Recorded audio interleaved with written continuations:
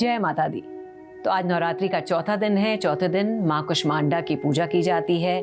कैसे करें माँ कुष्मांडा की पूजा, क्या है विधि विधान, ये बताने के लिए इस वक्त हमारे साथ स्टूडियो में मौजूद हैं सरिता मिश्रा जी, जो कि ज्योतिषाचार्य हैं और पिछले 3 दिनों से हमें पूजा का विधि विधान बता रही हैं। सरिता जी, बहुत बहुत स्वागत है आपका। जय माता की। लेकिन इसके पहले कि हम आगे बढ़ें, हम अपने दर्शकों को बता दें कि हम आज कुछ खास चीज़ भी लेकर आए हैं। हर आदमी अपनी ज़िंदगी में किसी न किसी परेशानी से परेशान है, लेकिन ये नहीं समझ में आता कई बार कि हम ऐसा क्या करें जिससे हमें उससे निजात मिले या एटलीस्ट कुछ राहत मिले।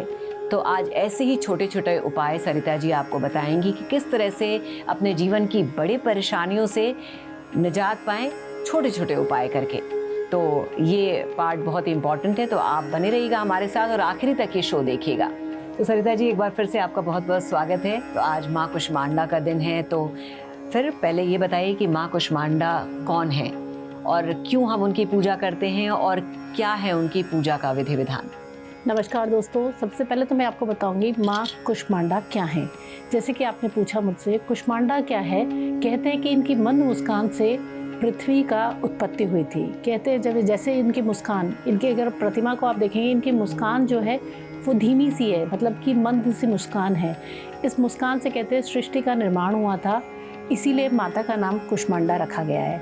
अगर कुष्मांडा को हम ब्रीफ करने की कोशिश करेंगे तो कुष्ठ प्लस अंड, मतलब कि ब्रह्मांड की उत्पत्ति। तो कहीं ना कहीं कुष्मांडा से हमें ये पता लगता है कि माता रानी जो है वो मंद मुस्कान के साथ है। यदि आपके जीवन में मुस्कान नहीं है, मतलब कहीं ना कहीं आपकी मुस्कान गुम गई है, या आपके जीवन में कोई खुशियाँ नहीं प्रतीत हो रही है, या एक नया आविष्कार, ब्रह्मांड मतलब उत्पत्ति, यदि आपके बच्चे नहीं हो रहे, कोई उत्पत्ति नहीं हो रही, जीवन में कोई नया आविष्कार नहीं हो रहा है, तो आप माता की पूजा आराधना अवश्य करें। जैसे कि मैंने आपको बताया, नवरात्रों में माता को दूध से बने प्रोडक्ट बहुत पसंद है। तो माता रानी का जो अति प्रिय प्रसाद है वो है पुआ। यदि आप पूजा आराधना नहीं कर पा रहे, व्रत नहीं हो पा रहा है, तो माता के चरणों में पुए का भोग लगाएं और माता की पूरी पूजा आराधना करें। दुर्गा सप्तशती का पाठ करें, दुर्गा चालीसा का पाठ करें। उसके बाद पुए का भोग लगा के समस्त परिवार के साथ भोग को बांटें। ये तो आप ऐसी चीज़ बता रही हैं कि माता को ही नहीं, खाने वालों को भी बहुत पसंद आता है, बनाने वालों को भी। जैसे कि माता को भी प्रसन्न आएगा और सबको प्रसाद के रूप में बांट के आप खुद भी माता का आशीर्वाद प्राप्त करें और अपने समस्त परिवार को भी आशीर्वाद प्राप्त अवश्य कराएं। तो इनकी पूजा में कौन सी विशेष बातें हैं सरिता जी जिसका ध्यान रखना चाहिए? देखिए, विशेष बातों के लिए तो यही है कि सुबह जल्दी उठे, पूरी पूजा आराधना करें माता का।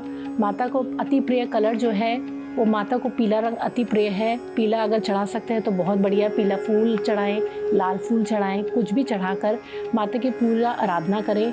माता को घी का दीपक प्रज्वलित करें। माता के आगे अगर कुछ भी पुए नहीं बन सकते हैं, यदि हम जल्दबाजी में हैं, तो थोड़ी सी चीनी, शक्कर जिसे कहते हैं, वो माता के आगे रख सकते हैं एज ए प्रसाद, और वो भी आप एज ए प्रसाद यूज़ करके अपने सभी समस्त परिवार के साथ बांट के अवश्य ग्रहण करें। सब बात में एक बात है सरिता जी की, श्रद्धा भाव से जो भी चीज़ें की जाए, माँ सब कुछ लेती हैं, सब जो भी आप उन्हें अर्पण करिए वो उसे स्वीकार करती हैं। अच्छा, बार बार क्योंकि हम लोग दुर्गा सप्तशती की बात करें, एक बड़ी समस्या है, लोग पढ़ना चाहते हैं, बहुत सारे लोग ऐसे हैं जो पढ़ना चाहते हैं सप्तशती, लेकिन संस्कृत में नहीं पढ़ पाते हैं। हिंदी में जो लोग पढ़ते हैं तो कहते हैं कि वो हमें भाव नहीं आता है, और कुछ लोगों की समस्या ये है कि भाई समय ही नहीं है कि उतना पढ़ पाएँ। तो अगर आप दुर्गा सप्तशती नहीं पढ़ पा रहे हैं तो कोई ऐसा मंत्र जो पढ़ने से हमें पूरी दुर्गा सप्तशती का लाभ मिलता हो? बीज मंत्र भी आप माता का जप सकते हैं।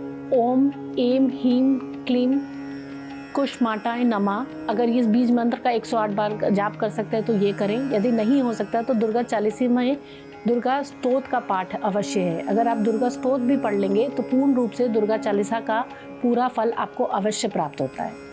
तो माँ कुष्मांडा की पूजा हम करते हैं, उनकी पूजा करने से हमें कौन सा फल मिलता है, किस तरह के फल प्राप्ति होती है? माता की पूजा आराधना करने से, जैसे कि मैंने बताया, ये उत्पत्ति की माता है।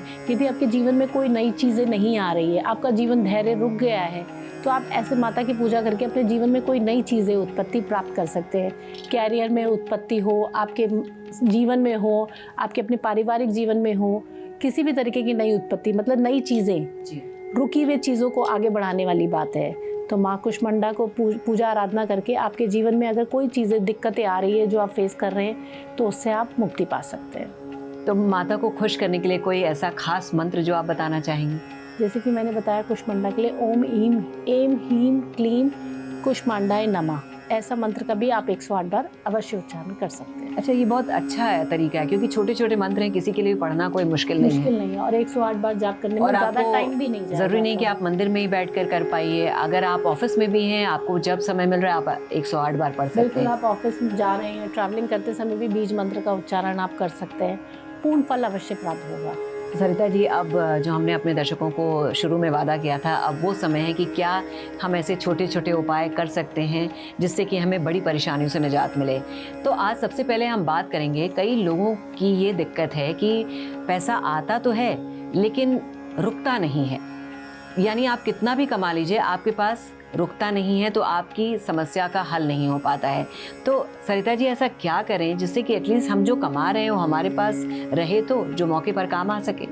देखिए, जैसे कि मैंने आपको बताया कि जैसे अब यदि हमारे पास 9 दिन का समय नहीं है, हम पूजा आराधना नहीं कर पा रहे, व्रत नहीं कर पा रहे, तो आप भी छोटा सा एक उपाय कर सकते हैं। जैसे कि आपने कहा धन प्राप्ति के लिए, तो आप क्या करें, चांदी का कुछ भी चीज़ ले लें, जैसे कि स्वास्तिक ले लें, चांदी का कामधेनु गाय ले लें, चांदी का छोटा सा, भले ही आप कुछ भी नहीं मिल रहा तो एक मुकुट ले लें, और उसको माता के 9 दिन माता की पूजा आराधना नहीं कर पा रहे तो घी का दीपक तो एक अवश्य प्रज्वलित कर सकते हैं माता के आगे, और चांदी का एक वो चीज़ लेकर माता के चरणों में रख दें 9 दिन के लिए, और माता के आगे 9 दिन तक घी का दीपक अवश्य जलाते रहें। उसके बाद 9वें दिन के बाद आप उस चांदी की उस धातु को लेकर लाल मखमल के कपड़े में लपेट कर, जहाँ भी आप अपना धन संचलित करते हैं, चाहे कोई तिजोरी है, चाहे कोई अलमीरा है, वहाँ उस कपड़े को, मखमल के कपड़े में उस चांदी की धातु को लपेट कर रख दें। ऐसा करने से यदि आपके जीवन में धन नहीं रुक रहा है, धन आता तो बहुत है मगर कहीं ना कहीं गलत जगह लग जाता है, या रुक नहीं पा रहा है, या जीवन में धन की वृद्धि नहीं हो रही है, तो इस सब के रास्ते खुल जाएंगे आपके जीवन में भी। अच्छा, लेकिन सरिता जी, मैंने तो आगे की बात पूछ दी।